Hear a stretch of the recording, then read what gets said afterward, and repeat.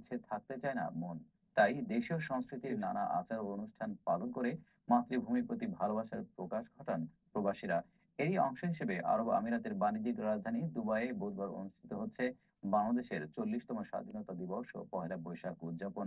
University of ওলাঙ্গং এ অধ্যয়নরত প্রবাসী শিক্ষার্থীদের সংগঠন বেসা এর আয়োজন করেছে।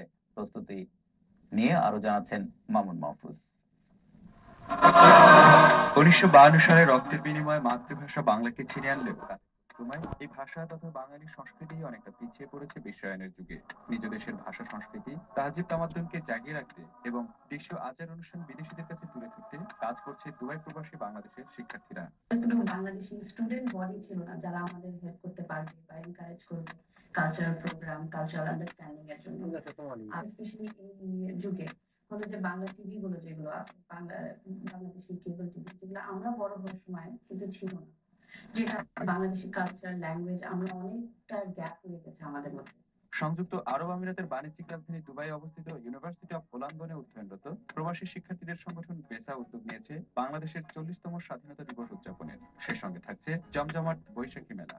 আমরা কমিউনিটিকেও ইনভাইট করছি আমাদের এই অনুষ্ঠানে এবং আমাদের কলেজের স্টুডেন্টসরাও ইনভলভ, স্টাফরাও ইনভলভ। আমরা চাচ্ছি যে এটা একটা বড় ইভেন্ট হোক যেটাতে আমরা সবাইকে ইনভলভ করতে পারি। বাংলাদেশে পয়লা বৈশাখ, ইন্ডিপেন্ডেন্স ডে এগুলো সেলিব্রেট করতে আমরা দেখছি মানুষ কত মজা করে, কত বাংলাদেশকে লাইভলি বানায় ফেলায় সেই সময়টা। কিন্তু আমরা এরকম কোনো ইভেন্ট দেখি না এখনো। মানে এখানে কমিউনিটি ওরা করে, অনেক ইভেন্ট করতে চেষ্টা করে, কিন্তু বাংলাদেশের মধ্যে ফুটায় উঠতে পারে না, কারণ আমাদের ইভেন্ট গুলাকে প্রমোট করবে আর আমাদের দেশটাকে দুয়ের বুকে মানে ফুটায় তুলবে। 31শে মার্চের এই অনুষ্ঠানকে ঘিরে আনন্দ উচ্ছ্বাসে মেতে আছে শিক্ষার্থীরা। তারা চান যেখানেই থাকুন না কেন দেশমাতৃকার ভালোবাসায় যেন টান না পড়ে। বাংলাদেশিদের এই আয়োজন নিয়ে কৌতূহলের কমতি নেই অন্য দেশের শিক্ষার্থীদের মাঝে। আর বাংলাদেশের 40তম ইন্ডিপেন্ডেন্স ডে এর একটা অনুষ্ঠান করবো আমাদের ইউনিভার্সিটিতে। মানে এই প্রত্যাশা যে দিগন্ত টেলিভিশনের মাধ্যমে আর বাংলা এক্সপ্রেসের মাধ্যমে আমাদের ছোট আয়োজনটি পুরো বিশ্ববাসীদের উপরে ছড়িয়ে যাবে আর সবাই দেখতে পাবে আমাদের বাংলা বাজার আর বাংলাদেশের কালচারাল ভ্যালু।